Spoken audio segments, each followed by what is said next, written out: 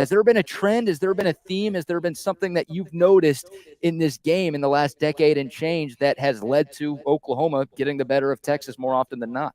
Yeah, I mean, it's the stat that we throw around all the time. I'm sure you guys do as well. I think being the team that runs the ball better is important in every single game that you play. But for whatever reason, it's this game more than any other for OU that's brought up. Whoever runs the ball the best is eventually going to win the football game. The stats prove that out. And last year I remember talking going into the game like, okay, well, here we are again talking about this, but how the heck is OU going to be able to run for more yards than Texas? I remember having that conversation a year ago, and Dylan Gabriel was OU's leading rusher, and he was the reason why OU was able to rush for more yards. So I would say just that, man. I mean, I know it's so cliche to say, hey, it's a rivalry game, throw out the records, and everyone says that, but everyone's wrong. Like, we're the only ones that are right about saying that because this game is absolutely true.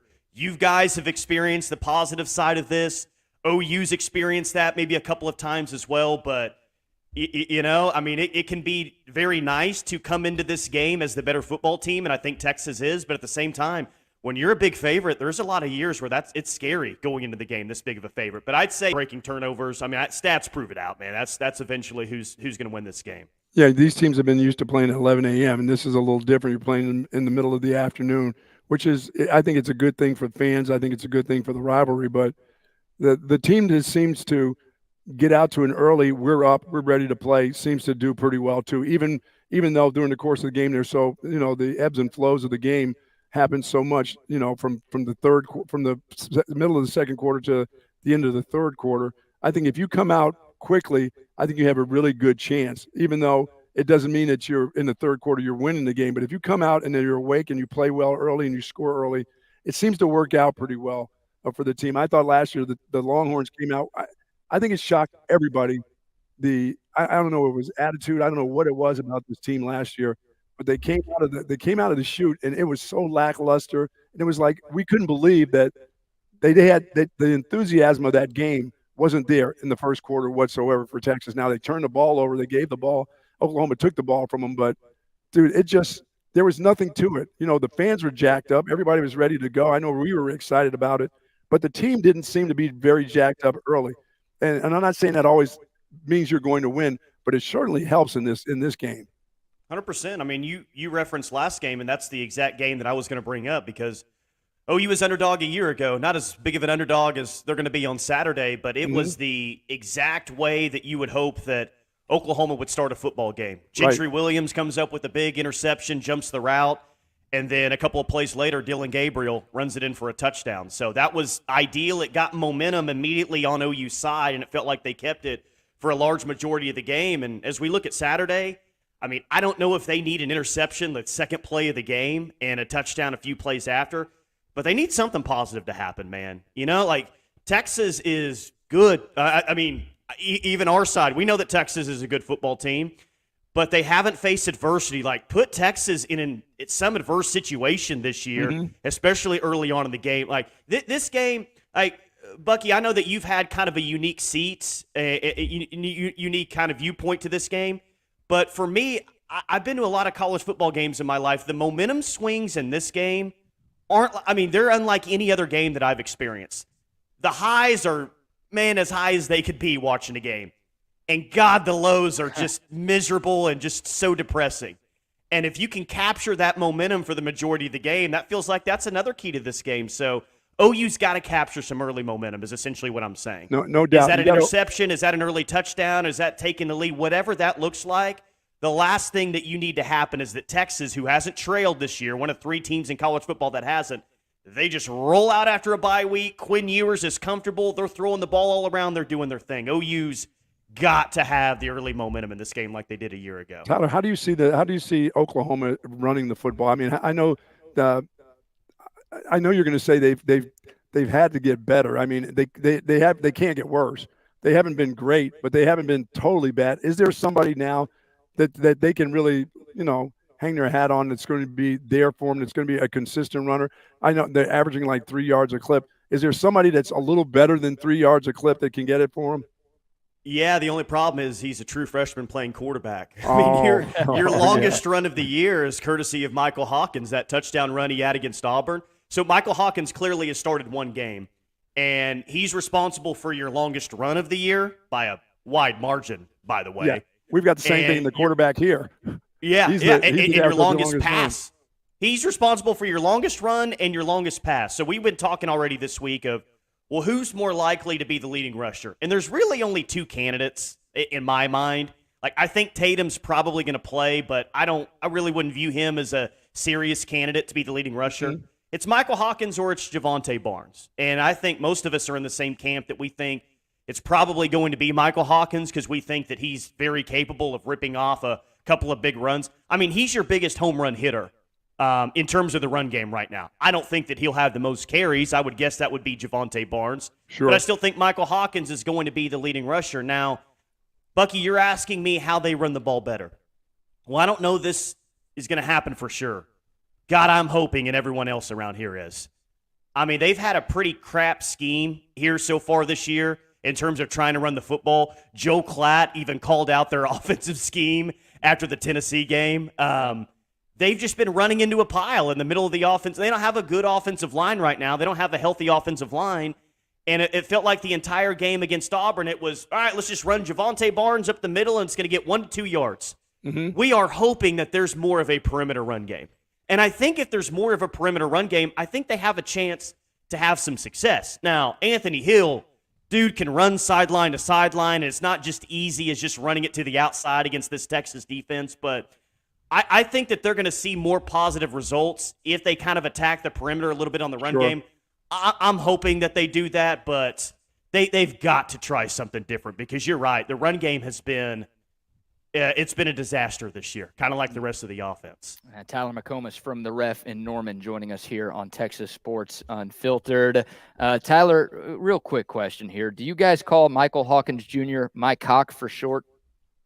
We actually did yesterday on the show. There you go. Which generated some fantastic responses. Your boy Danny Stutzman kind of even said it in an interview as well. This is leading up to the Tennessee game. They were asking him who should be the guest picker, and he threw in a Mike Hawk there at the very end. This is before he was even the starting quarterback, so I'm guessing that's quite the joke in the locker room with the guys. It should be. So following up on him, right, you talked about his legs. You talked about his ability to pick up yards with his legs. I think he eclipsed 21 miles an hour on that 48-yard touchdown run he had at Auburn. You were at that game at Auburn a couple of weeks ago. You've watched every snap in the game and a half that Michael Hawkins Jr. has played.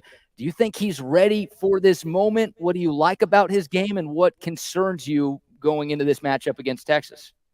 I actually do. I can't believe I'm saying this about a true freshman as a starting quarterback going into this game, but I got confidence that he's going to handle the situation fine and play well. Now, we can talk about the situation around him, and that's where I'm way more concerned in this game. But, yeah, so I'm sitting in one of the end zones at Jordan-Hare a couple of weekends ago, and they've got the ball at like the 1 yard line, and that crowd is insane. He's going up to the offensive line and kind of checking the play, getting everyone where they needed to be. Just not something that you would normally see from a true freshman quarterback. So you could see the confidence in the command.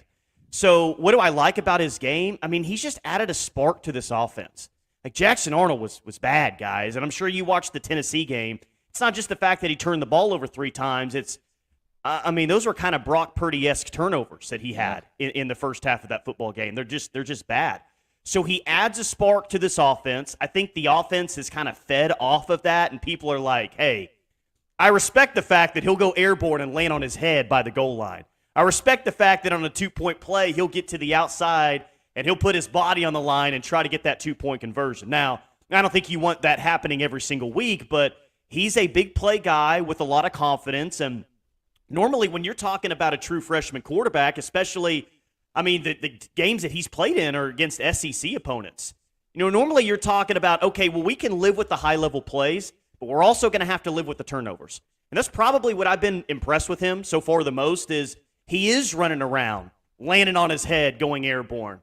He's playing aggressive, but he hasn't – not only has he not turned the football over yet, he hasn't really been close to turning the football over or putting the ball in danger. You know what I mean? So he's able to play aggressive without playing reckless, and balls are hitting off the chest of defensive backs or anything like that. And I guess that's why I feel actually pretty good about him going into this game is that I haven't seen any evidence thus far that he's really going to put the football in danger, because OU's going to need some things to go right. They can't turn the ball over consistently in this game or they're going to get run out of the building.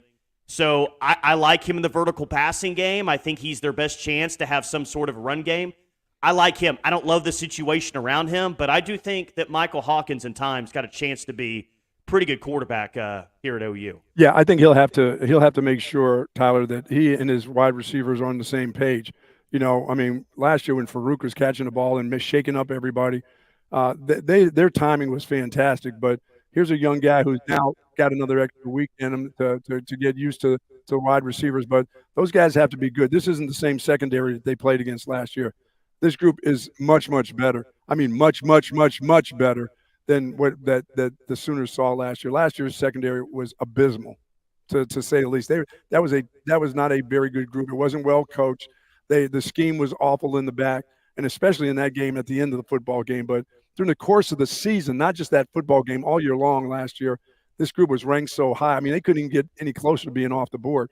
I think it's a different group now, and hopefully, if for the Sooners, that this kid will not try to take a lot of chances, because they've got guys back there now that can pick the ball. They also have guys that can hit when he takes off and runs with the ball too. You know, Dylan Gabriel shook guys up. I mean, he shook them up. He was an experienced guy that's been around the game. He knew how to make a guy miss. This is not the game for a young quarterback to lower his shoulder on these guys in the secondary, so, and especially with the safeties, I believe. Yeah, well, just kind of given what we've seen from him in the second half against Tennessee and the game against Auburn, he's going to try to at least go airborne or lower his shoulder on somebody. You're probably right. That's not a great idea of what you want from your starting quarterback, but he just kind of seems like he's that kid that's going to lay it on the line. But you mentioned the passing game, Bucky, and I don't – who's OU's leading receiver right now? Who's wide receiver one? We've been talking about that right now. Like going into the year, and I may have told you guys this at SEC Media Day, the position group that I had the most confidence in the offense was wide receiver. Man, I'm sure I was telling you guys about Deion Burks and Nick Anderson, and hey, watch out for Jaden Gibson. He's going to be really good. Jalil Farouk is back this year as well. I was confident about wide receiver. I thought it had a chance to be one of the best wide receiver cores in the SEC.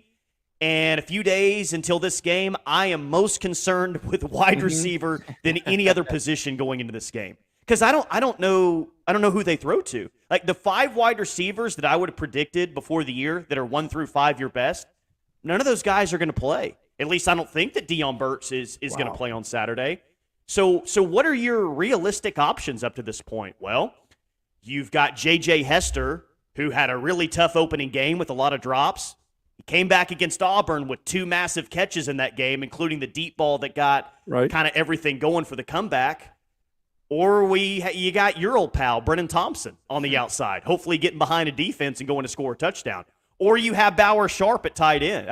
I brought this up a couple of times over the past 10 days or so is, all right, guys, let's say it's a 3rd and 5, a critical play in the Cotton Bowl late in the game. Who the heck do you guys want Michael Hawkins throwing the ball to? And the answers have varied because no one really knows right now who wide receiver 1 is. So that's going to have to happen. Someone's going to have to step up. Maybe it is J.J. Hester after that big game that he had against Auburn. Maybe Brennan Thompson is able to get behind the defense a couple of times. I don't know, but wide receiver is a real concern right now. They try to throw out some freshmen, and they just haven't made big plays. But, yeah, I mean, you're right, Bucky. The Texas defensive backs are a lot better this year for sure. It looks like communication has definitely improved from a year ago, and this is a wide receiver core that is just not the same as it was last year for Oklahoma. Yeah, I'd hate to see that kid. I mean, I want to see him take chances because he's going to take chances. I mean, he's got to throw the ball down the field. Like I said, he's not – I mean, he will spend his time running. When he panics, and I mean, it's not going to be a panic. It's just going to be an opportunity. If he sees an opportunity to run, he's going to take off and run if he can move the chains. But it's just going to be those ones where that window's kind of open. Does he take that chance or does he hesitate in throwing that ball? Last year, you can hesitate, triple pump, and still get the ball off. I don't think it's the same this year. So it'll be interesting to see how he handles what he does in the pass game. I know he's an athlete and he's going to run because that's the first thing you think of. If a hole opens up and you can get 8, go ahead and get 8. And his 8 can turn into 50, you know, with the kind of athlete he is. No doubt. No doubt. Tyler McComas from the Ref in Norman joining us right now. Tyler, flipping to the defensive side of the football. Look, I think every Texas fan knows Danny Stutzman. We call him the T-shirt boy here in Austin. He's obviously been asked about a lot, to Sark, to the players, to the fans. Everyone's been talking about what happened last year during the game and what happened after the game. Outside of Danny Stutzman, though, who are some of the names that Texas fans should know, and who are some of the key cogs for this Oklahoma defense that has been one of the best in America through 5 games? Dominic Williams on the interior. You guys are familiar with that name during the transfer portal.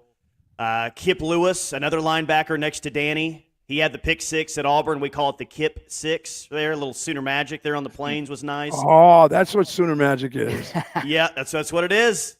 Hopefully it happens again on Saturday, God willing.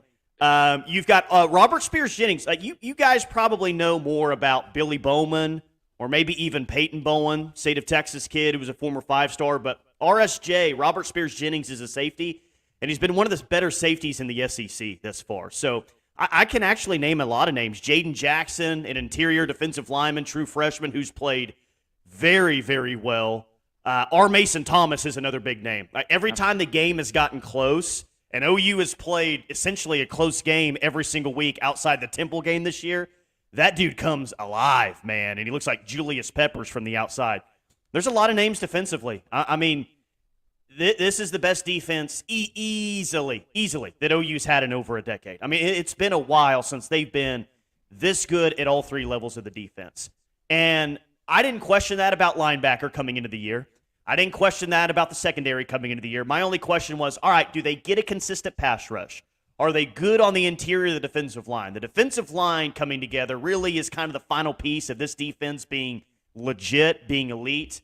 And they have, man. They can stop the run. They can turn you over. And I think they have a real chance to make it difficult on Texas. I don't know if Trey Wisner for you guys is going to get the most carries or Blue's going to get the most carries. I guess we'll find that out on Saturday. But whoever it is, I think OU stands a chance to do a nice job in the run game and maybe force Texas into some tough third down situations. I've got all the confidence in this world that this defense is going to play well and at least keep this game close. Well, that's just kind of where I'm at. I really I think that they're that good. I know the performance against Tennessee maybe doesn't make it look as good after Tennessee lost to Arkansas, but Sam Pittman said after the game, like, hey, thanks to Oklahoma, because Oklahoma laid out the blueprint of how to defend this Tennessee offense. And whereas maybe they weren't elite against Auburn, they gave up some plays against the run, they gave up some plays down the field, they got the big play when it mattered.